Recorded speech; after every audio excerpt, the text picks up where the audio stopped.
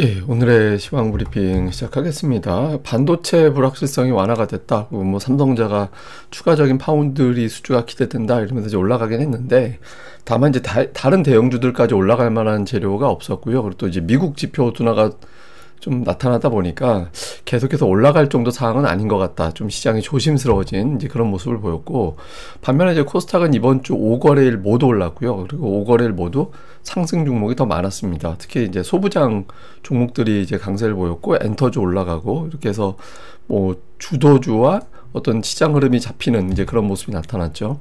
외국인들이 7월 이후 처음으로 이틀 연속 순매도했거든요. 그러니까 전기전자업종, 뭐 엔터 이런 쪽을 매수하긴 했는데, 어쨌든 외국인 투자자들이 연속 매도했다라는 거는 조금 찜찜함이 있죠. 아마 이제 다음 주에 옵션 만기일이 있어서 이제 그걸 의식한 매매가 좀 나온 게 아닌가, 그런 점도 있었던 거 아닌가, 이렇게 생각도 됩니다.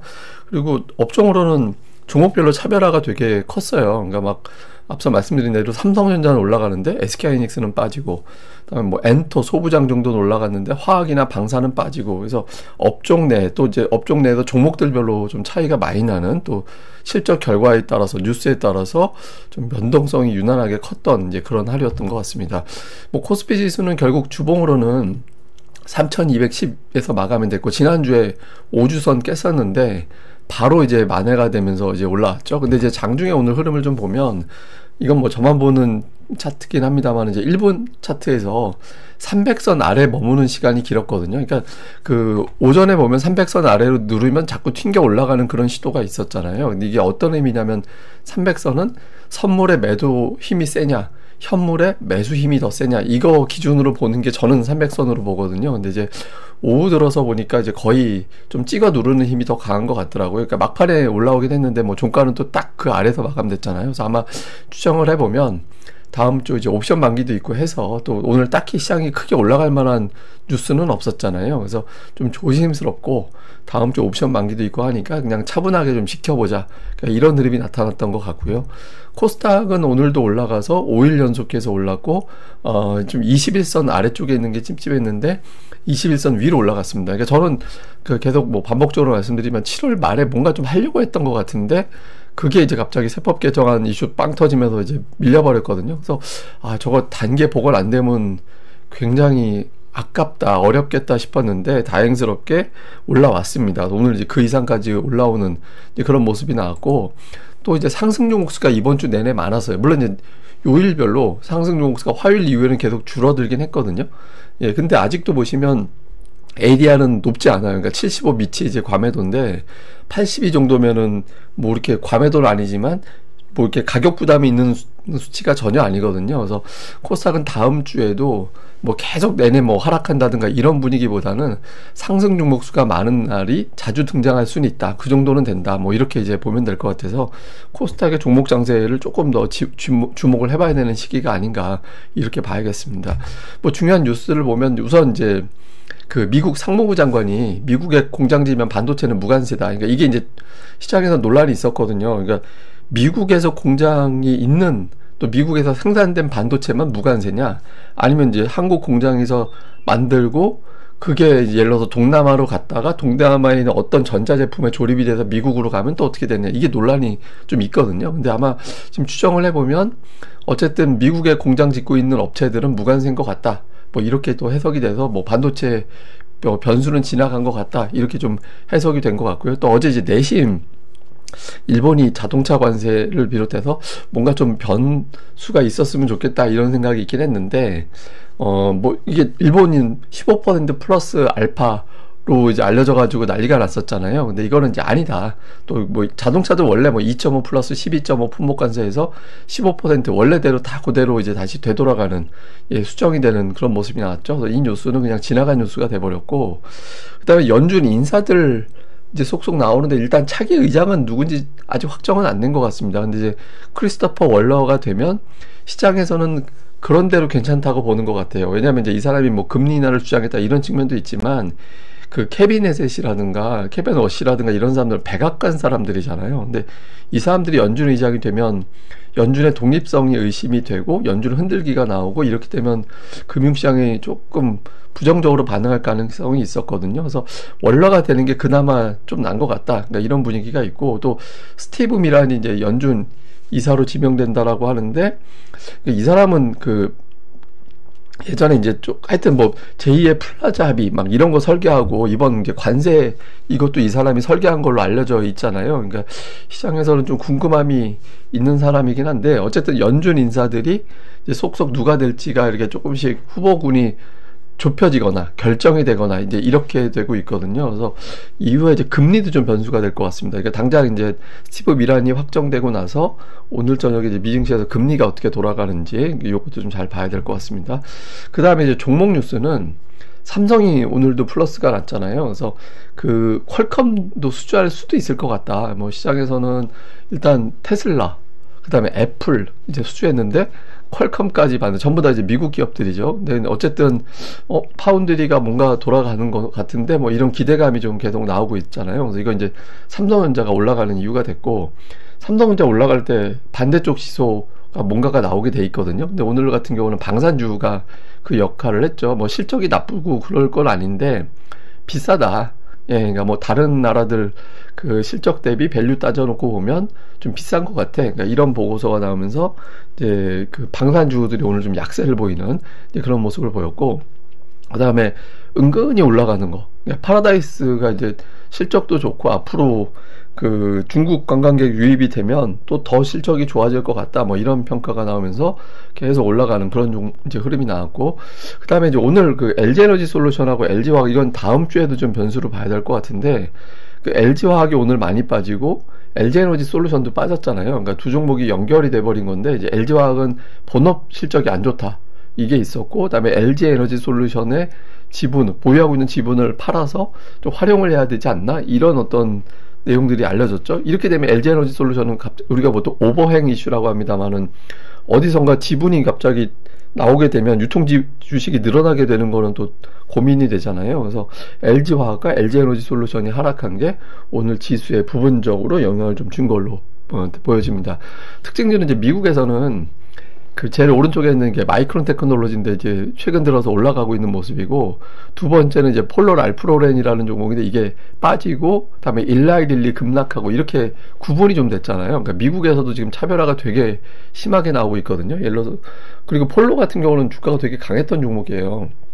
근데 관세 이슈라든가 이런 것들 포함해서 하반기에 소비력이 좀 떨어질 수 있다. 이걸로 빠지고, 제약주 같은 경우도 일라이릴리는 빠질만 하죠. 그러니까 비만 치료제 임상 실험에 문제 있다라고 나오면서 이제 빠진 건데, 이게 재료에 대해서 글로벌 증시가 굉장히 민감해져 있어요, 지금이. 그래서 우리 증시도 되게 비슷하게 가는 이제 그런 모습들이 나타나고 있거든요. 그래서 실적이 잘 나왔다라고 알려져 있는 엔터주가 굉장히 강하게 올라가는 그런 모습이 나오면서 이제 숫자가 좋으면 어쨌든 올라간다. 근데 주초부터 제가 계속 기관들이 엔터주 은근히 산다고 계속 하는데, 역시 이제 매수하는 데는 좀 이유가 있었던 것 같고요. 그 다음에 이제 LG화학 앞서 말씀드렸던 대로 본업도 부진하고, 근데 이제 지분 매각 관련해서 이제 LG에너지 솔루션 지분 매각 이슈도 있다 보니까 이것까지 더해지면서 이제 또 동반해서 같이 주가를 끌어내리는 그런 모습이 됐고, 그 다음에 이제 파라다이스라든가 GKL이라든가 이런 카지노주들이 되게 강해요. 그러니까 은근히 강해요. 그러니까 보통 제가 이제 저만의 표현으로 이제 레간자 주식, 옛날에 이제 소리 없이 강하다, 자동차 중에 이제 그렇게 그 광고 카피 나왔던 유명한 차 있죠. 소리 없이 강하다고 하는 거. 그게 파라다이스 같은 이런 종목군들이 은근하게 강합니다. 그리고 이제 급락 하락했던 것도 그냥 단숨에 다 만회해버리잖아요. 그래서 뭐 이런 스토리가 있는 종목군들, 그러니까 실적 좋아지고 여기에다가 이제 향후에 더 좋아질 일이 있는 기업들, 이런 유형들이 최근에 이제 투자자들에게는 좀 각광을 받는 것 같습니다. 뭐 양시장 대형주는 뭐 삼성전자가 오늘 코스피 9포인트 이상 올리는 역할을 했지만 지수가 빠졌죠.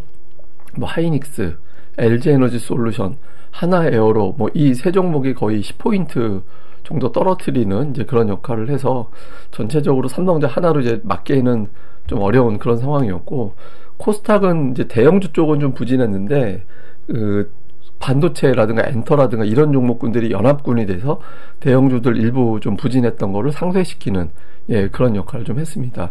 자, 수급은 외국인들 오늘 매도해서 7월 이후에 한 번도 이틀 연속 매도가 없었거든요.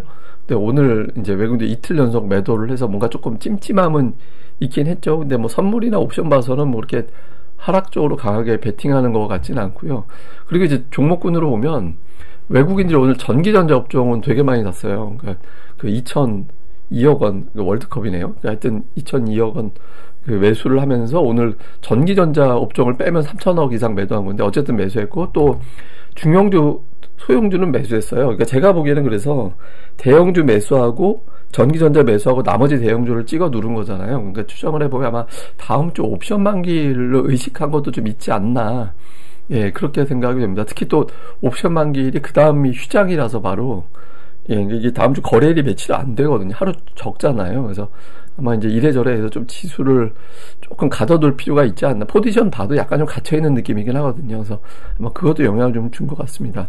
자, 종목은 삼성전자 1,650억 이제 매수를 했고요. 그 다음에 카카오 이제 매수를 해서 이제 두 종목 매수가 이제 유난하게 강했고, 그 외에는 이제 업종별 특징은 별로 없었습니다. 그냥 골라 샀구나. 네, 이런 느낌이 좀 강했고, 매도는 오늘 네이버를 굉장히 강하게 매도했죠. 그러니까 실적이 이제 숫자 자체는 나쁘진 않은데 기대보다는 좀 약한 거 아닌가, 뭐 이런 식의 어떤 해석이 나오면서 좀 밀렸고, 다음에 이제 LIG 넥스원이라든가 이렇게 방산주, 현대, 롯데, 하나에어로 이게 방산 관련된 종목군들이 매도 쪽에 좀 많이 들어가 있었고요. 그다음에 기관은 카카오, 삼성전자, 하이브, 예, 뭐 이런 종목군들이 이제 매수 상단이었고, 매도 쪽에서는 역시 이제 방산, 네이버, 뭐 이런 종목군들, 그다음에 조선, 이런 게 이제 매도 쪽에 종목수가 더 많았습니다. 그리고 코스닥 쪽에서는 실적 나오고 숫자 잘 잡힌 기업들, 그러니까 심텍, JYP, 원익 IPS, SM 전부 다 실적 공개하고 숫자 잘 나온 기업들이잖아요. 그렇게 했고, 그러니까 매수 쪽에 외국인들이 그 반도체주 매수에 많이 포함시킨 날이 그렇게 많지는 않았는데, 물론 이제 매도 쪽에도 뭐 반도체가 있긴 하지만, 근데 매수에 반도체를 많이 포함시킨, 그러니까 최근 들어서 비율상으로는 제일 많았던 것 같아요. 그래서 이런 모습을 보였고, 기관 투자자들은 역시 엔터, 예, JYP, YG 이런 종목군들이 이제 상단에 들어가 있고, 역시 또 기관도 그 반도체, 예, 뭐 코미코, 원익 IPS, 이오테크닉스, 심텍, 두산테스나 뭐 유진테크, ENF 테크놀로지, PSK 이렇게 해서 전체 매수의 한 40% 정도 상단에는 이런 게 종목수로는 이제 반도체를 좀 채우는, 예, 그런 모습이 나왔습니다.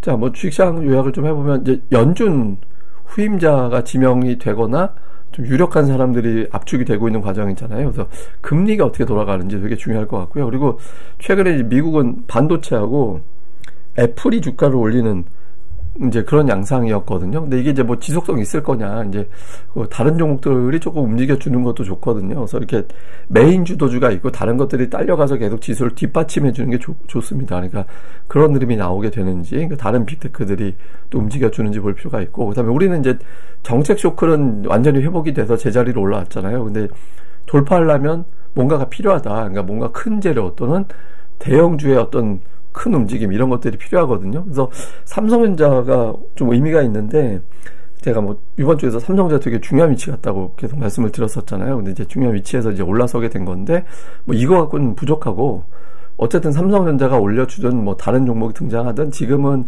어떤 중요한 뉴스가 나올 거 아니라면 이제 대형주에서 역할을 해주는 게 중요하거든요. 근데 다음 주에 이제 만기일이 있어서 그게 이제 될지는 잘 모르겠는데, 어쨌든 종목 개인기, 대형주 중에서 뭔가 개인기를 발휘하는 그런 대형주가 등장하는지가 되게 중요할 것 같습니다. 예, 그리고 이거는 그 상승장에서 월봉을 제가 한번 보여드리면, 예전에 이제 코로나 때 이후에 이제 상승장에서의 어떤 패턴인데, 보시면 두 달 연속 하락이 없어요. 그러니까 음봉은 있어도 두 달 연속에서 제법 빠지는 그런 게 잘 안 나오거든요. 그러니까 한 달 쉬면 그때가 되게 매수 찬스가 되는 거예요. 그 이제 2017년도 때 대세 상승 때, 그때도 보면은 한 달 정도 쉬고 그 다음에 또 올라가고 이런 형태가 되잖아요. 그러니까 물론 이제 예외적인 경우가 한 번 있긴 했었어요. 그러니까 예전에 이제 이거 이제 2009년도 올라갈 때도 역시 한 번 쉬면 그 다음에 올라가고 이런 패턴을 보였는데, 예전에 이제 그 중국 제조업 지표, 뭐 그때 제조업 공장, 막 전 세계 공장을 중국이 직구할 때, 그때 해운주, 조선주, 철강주 이런 게 대상승 주도할 때였잖아요. 그러니까 그때는 이제 두 달 하락한 적도 있긴 하거든요.